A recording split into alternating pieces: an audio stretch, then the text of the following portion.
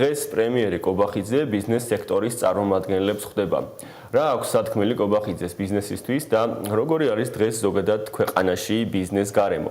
თემაზე სასაუბროთ პირდაპირ ეთერში ლევან ყარალაშვილი, საქართველოს რეკონსტრუქციისა და განვითარების კომპანიის აღმასრულებელი დირექტორი გვერდდება. ბატონ ლევან, დიდი მადლობა რომ ხართ ჩვენთან ერთად. მოგესალმებით ბრატა, მოგესალმებით მაყურებელს.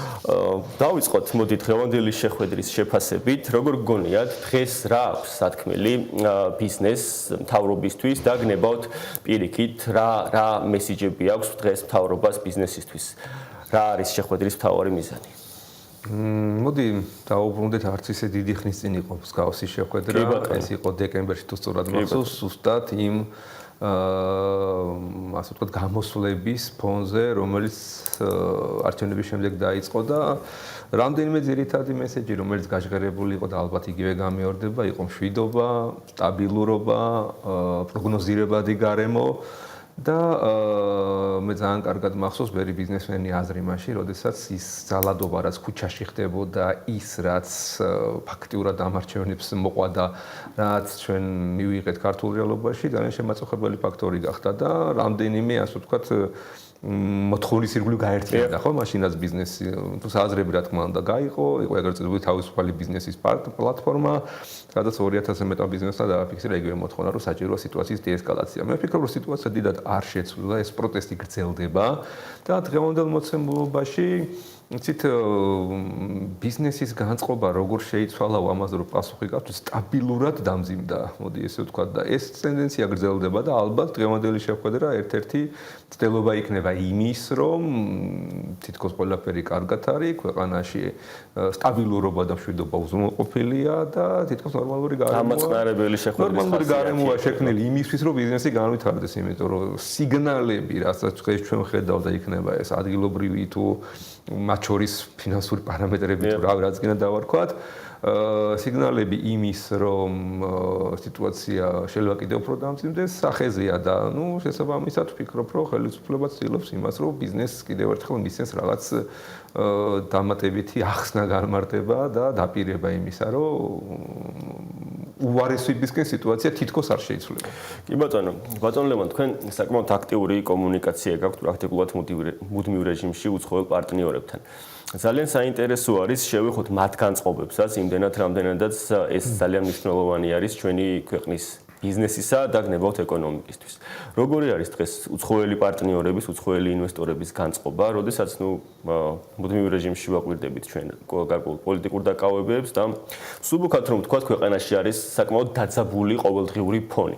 ამის ნიადაგზე როგორი არის ჩვენი საერთაშორისო პარტნიორების განწყობა? კი ბატონო, მოდი იგივე ჩვენი ჰოლდინგის ინვესტორთა ჯგუფი რეალურად ეს არის 100-ზე მეტი ფრანგი, ჰოლანდიელი, ბრიტანელი ინვესტორი, რომელიც ენდო ამ ქვეყანას და ჯამში $300 მილიონ მეტი ინვესტიცია გააკეთეს საქართველოს სხვადასხვა პროექტებში, ხო? არ უნდა გვეგონოს, რომ თითქოს ეს ხალხი რაღაც ჭურში ზის და ინფორმირებული არ არის თუ რა ხდება ქვეყანაში, იმ ტენდენციებზე, მიმართულებებზე და გამოძახილი იმის თუ რა განწყობაა, ალბათ კარგად ჩანს კონკრეტულ ციფრებში, ხო? ინვესტიციები ახსენეთ და პირველი კვარტალის, ასე ვთქვათ, ინვესტიციების მოცულობა რა საქართველოში შემოვიდა ბოლო 10 წლის განმავლობაში მინიმუმზე არის ვარ ჩავთვალოთ პანდემიური წლები.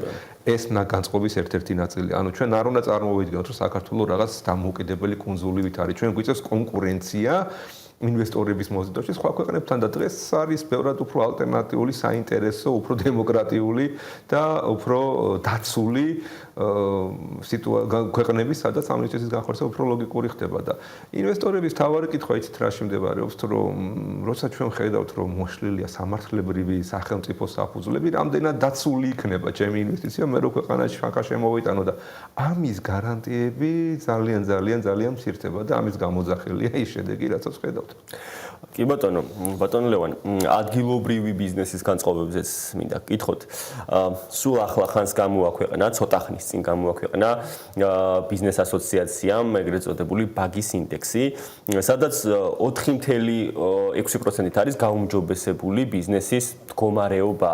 აქ ამას ვიგებთ ბაგის ინდექსიდან. ძალიან საინტერესო არის. პირველ რიგში რამდენად იზიარებთ ამ ასე ვთქვათ სტატისტიკას და ეთანხმებით და მეორე კუთხით თქვენ როგორც ბიზნესის სექტორის წარმომადგენელი როგორც ძალიან ბევრ ბიზნესში გარკვეულწილად მონაწილე სუბიექტი, რამდენად ეთანხმებით ამ დინამიკას?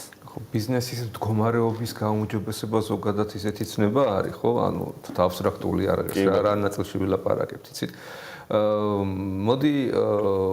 მოდი ესე შევხედავ ამ სიტუაციას რა, რომ არის ბიზნესის დარგები, სადაც სიტუაცია გაუმჯობესებულია, გამომდინარე იმ მდგომარეობიდან, რაშიც თქვა ჩვენ გეოპოლიტიკურად ვიმყოფებით, არის კონფლიქტი, ომი იგივე რუსეთსა და უკრაინას შორის, არის სანქციების ქვეშ მოქცეული ულამაზარი ქვეყანა და არის ბიზნესის კონკრეტული დარგები, რომლებიც არაპირდაპირ თუ პირდაპირ აქედან სარგებლობს ხებულობენ, რაც ნორმალური და ბუნებრივი პროცესია, ხო? თუ ავიღებთ ისედაც როგორც არის ტრანსპორტი და ლოჯისტიკა, რა თქმა უნდა, გაუმჯობესებული იქნება განწყობათა თემაც, ასევე საინტერესო ციფრი იქნება, რომ მაგალითად შარშან თითქმის 500,000-მა ტრაილერმა გადაკვეთა საქართველოს ტერიტორია და შესაბამის პროდუქცია დასავლეთ აღმოსავლეთის კორიდორს რო თავი დავანებოთ, ჩრდილოეთისკენ აიღო ეს მიმართულება, ხო? 500,000 ტრაილერი, ან 15,000 დღეში წარმოიდგინეთ. ანუ ამ მიმართულების რა თქმა უნდა ძრა იქნება. შეიძლება ვთქვათ, რომ მეტნაკლები ძრა არის, ვთქვათ, იგივე მომსახურების სფეროში, როდესაც ბევრმა პროფესიონალმა, მათ შორის ბელორუსიდან, რუსეთიდან, უკრაინიდან დატოვა ქვეყანა, გადმობარგდა და დღეს სერვის აქედან აწოდებს და შესაბამის გადასახადს აქ იხდიან და თავისი წვლილი შეერთ ქართულ ეკონომიკაში. ანუ არის დარგები, რომლებიც გავითარდება, მაგრამ არის ის ტრადიციული დარგები, ვთქვათ, რომლებსაც სხვანაირად აეთყოთ, ავიღოთ ტურიზმი, ავიღოთ იგივე სასტუმრო და ჰოსპიტალიტი ბიზნესი, ხო? ამ მიმართულები დღეს რასაც ვხედავთ არის საკლებად და ამიტომ მოდი ერთიან თემაში რო შევხედოთ. არის კონკრეტული ბიზნესები, დიდი იქნება ეს თუ საშუალო, რომლებიც რა თქმა უნდა განვითარებს ახალ ეტაპზე შეიძლება გადავიდნენ, თუმცა არის ტრადიციული ბიზნეს მიმართულები, რომელსაც ისეთი კლება აქვს და დღეს თითოეულ ამ სექტორში რამდენი ადამიანია დასაქმებული და ვის როგორ აისახება ეს ყველაფერი, აი კითხვა მაგაზია დასასმელი და ვფიქრობ, რომ როდესაც რაღაცა ერთ ციფრებზე და ერთ ციფრზე ვიტყვით ან რაღაცა ეკონომიკური ზრდა 9% თუ რაღაცა ესე ვთქვათ ან პირობითად მოხმარების გაზრდა არ უნდა დავუვიწყოთ ბევრი სხვა პარამეტრია რა არის ამის უკან და როგორ ხდება იგივე ამ თანხების და ამ ბენეფიტების გადანაწილება ჩვეულებრივ მოსახლეობაზე და აი მანდ უკვე მე მგონი დიდი აცდენა იქნება. გასაგებია. ბატონო ლევან, ბოლოსკენ მივდივართ და აუცილებლად მინდა გკითხოთ ბოლო პერიოდში მით უმეტეს დასავლეთთან გაფუჭებული ურთიერთობების ფონზე აქტიურად მიმდინარეობს საუბარი იმასთან დაკავშირებით, რომ შესაძლებელია დასავლური ინვესტიციები ჩანაცვლდეს აზიური ან გნებავთ არაბული ინვესტიციებით. ამაზე კონკრეტული кейსებიც ხსმენია, კონკრეტული საინვესტიციო მოცულობებით დასახელებული ამასთან დაკავშირებით, თუმცა ჯერჯერობით ეს ყველაფერი საუბარს არ არის გაცდენილი. ძალიან საინტერესო არის თქვენი მოსაზრება, ზოგადად როგორ უყურებთ, რამდენად არის შესაძლებელი დასავლური ინვესტიციის ჩანაცვლება, ნებისმიერი სხვა წარმომავლობის ინვესტიციით, იმდენად რამდენადაც ინვესტორი ალბათ ყველა საკმაოდ დიდი ყურადღებით უყურებს საკუთარ პოტენციურ საინვესტიციო მიმართულებას. ჩვენ უნდა გვესმოდეს, რომ ინვესტორის წარმომავლობას არსებობს მნიშვნელობა არ აქვს რა. როდესაც თქვა არის გლობალური ინვესტორი და მოთამაშე, არის კონკრეტული წესები, თამაშის წესებია გაწერილი, რომელსაც უნდა მიყვებოდეს ქვეყანა იმისთვის, რომ ინვესტიცია მოიზიდოს, ხო? მნიშვნელობა აქვს არაბი ინვესტორი იქნება, ჩინელი იქნება თუ ევროპელი იქნება, თუ მისი ინვესტიცია ხალხს გაუსვავ დაცული არ არის და მას არ აქვს კონკრეტული ბერკეტები, რომ თავისი ინვესტიცია დაიცვას ერთი და მეორე მიიღოს შესაბამისი სარგებელი. დღეს მაგის ჩანაცვლებაზე ესეთ ამათლაპარაკი ძალიან ადრევია და ვერ იქნება. მეორე თემას ისიც ავიღოთ, რომ იცით ტრადიციულად საქართველოს, რომელსაც ევროპისკენ ქონდა მიმართულება, ასე ქონდა მიმართულება, მეორე მხრივ ერთეულია საქართველოში ის ჯგუფები დარჩენილი, რომლებსაც აქ იმის უნარი, რომ მსგავს ინვესტორებს ელაპარაკონ, მოიზიდონ და მით უმეტეს კიდე აზიური ინვესტიციას თუ ელაპარაკებს, რომელსაც ძალიან სპეციფიკა აქვს. ჩვენ ვითანამშრომლია და დღესაც თანამშრომლობთ იგივე ჩინელ პარტნიორებიც ყავს და ყავს იაპონელი პარტნიორებიც და ვიცით ეს კულტურები როგორ მუშაობენ და რას აკეთებენ. ამიტომ არავის არ ეკონოს, რომ ჯადოს ორჯოხს აიქნებს და აანონსებს 6 მილიარდიან პროექტს ან 2 მილიარდიან პროექტს და ეს უცბად გადაისახება და კონკრეტულად აყვავებულ ოაზისს მივიღეთ ამ ქვეყანაში.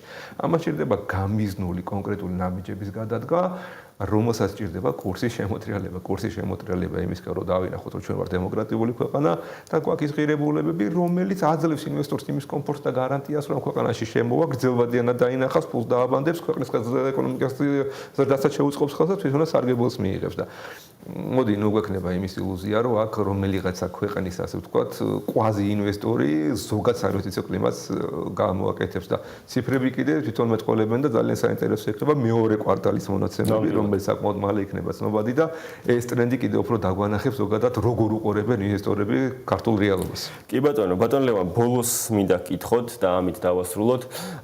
როდესაც ვსაუბრობთ ინვესტიციებზე, ძალიან მნიშვნელოვანი არის არა მხოლოდ ინვესტიციების წარმომავლობა, არამედ ინვესტიციების ხარისხი და ამაზე საკმაოდ, ასე ვთქვათ, ბევრს ვსაუბრობთ ხოლმე. მით უმეტეს, როდესაც ინვესტიცია ეს არ არის მხოლოდ ქვეყანაში კაპიტალის შემოსვლა, როდესაც ჩვენ ინვესტიციებზე ვსაუბრობთ, ეს არის ტექნოლოგიებისა და სიახლეების ცოდნის შემოტანა ქვეყანაში. მე მინდა გკითხოთ, როდესაც საუბარი აზიური ინვესტიციებთან მიმართებაში, რითი განსხვავდება აზიური და დასავლური ინვესტიციები? მოდი ვესმის რასაც კითხულობთ, ტექნოლოგიების თემა და დრაივი დღეს ხაზი გაუსვათ არის დასავლეთი, იქნება ეს ევროპა, იქნება ეს აშშ, ხო? და ამის მერე ესე ვთქვათ, copy paste-ის პრინციპით შეიძლება მიყვება სხვა ქვეყნები. საკმაოდ მძლავრი არის, რა თქმა უნდა, აზიაშიც გავსი მიმართულებები და მე ვიყავი ჩინეთში რამდენიმე თვის წინ და ძალიან კარგი შეხვედრებიც ჰქონდა იქაურ ადამიანებთან, მაგრამ კითხვა იგივეა ორივე მხარეს რა, ნდობის ფაქტორი, რამდენად შეიძლება ამ ქვეყანაში ჩვენ თქვენ გამოყვეთ და გვესმოდეს ის, რომ ჩვენ ინვესტიცია დაცული იქნება. ხარისხზე თუ ვილაპარაკებთ დღევანდელ მოცემულობაში, აქ უფრო ხაზი უნდა გავუსვათ, რას მოგცემს ეს ინვესტიცია თვითონ ადგილობრივი კადრების ხარისხის გავლის კუთხით, ხო? ჩვენ ხედავთ სამწუხაროდ გადინებას დღეს კვალიფიციური ხელშახელისთან, ჩანაცვლება ხდება სამშობლო სექტორზე თუ ვილაპარაკებთ, თქვათ იგივე აზიური მიგრანტებიდან, ცენტრალურ აზიიდან ადამიანებიდან, რაც შეეხება მაღალ ტექნოლოგიურ დარგებს, სამწუხაროდ ძალიან ზედაპირულად ვითარდება დღეს ჩვენთან ეს მიუხედავად იმის რომ არსებობს ჭიდა, არსებობს რაღაცა სტარტაპების ხარდაჭერის პროგრამა, არსებობს ძალიან ბევრი ნიჭიერი ახალგაზრდა, რომელთა სხვათა შორის ჩვენ როგორც ჯგუფი ვეხმარებით კიდევაც და რამდენიმე ეგეთ პარტნიორობებს ვაკეთებთ ხოლმე, რომ ხელი შეუწყოს უბრალოდ ტექნოლოგიურ პროდუქტების განვითარებას. ამ ჭრილში ის ინვესტორები, რომლებიც აქცენტს გააკეთებენ ადგილზე ამ ტიპის პროფესიონალების გაზრდაში, არა მარტო ტექნოლოგიის შემოტანაში, ამ ტექნოლოგიის გამოყენების სწავლებაში, ამაზე აქცენტის გააკეთება, რა თქმა უნდა, კრიტიკული იქნება, მაგრამ ხაზს გაუსვა ისე, რომ ამას ჭირდება სტაბილური გარემო. სტაბილური გარემო კონკრეტული ხელით, რომ დასავლეთისკენ მივდივართ და ეს პროფესიონალები, რომლებიც დღეს აქ შეიძლება გაიზარდნონ და დაიბანონ, აქვე დარჩნენ და არ გაიქცნენ უკეთეს ბაზრებზე, სადაც უფრო მეტი პერსპექტივა იქნებათ. მადლობა ბატონო ლევან, თქვენ საინტერესო ანალიზისთვის. ტრადიციულად მაყურებელს შევახსენებ, ლევან ყარალაშვილი, საქართველოს რეკონსტრუქციისა და განვითარების კომპანიის აღმასრულებელი დირექტორი იყო ჩვენი სტუმარი და ვსაუბრობდით საინვესტიციო გარემოსა და ბიზნეს კლიმატზე ქვეყანაში.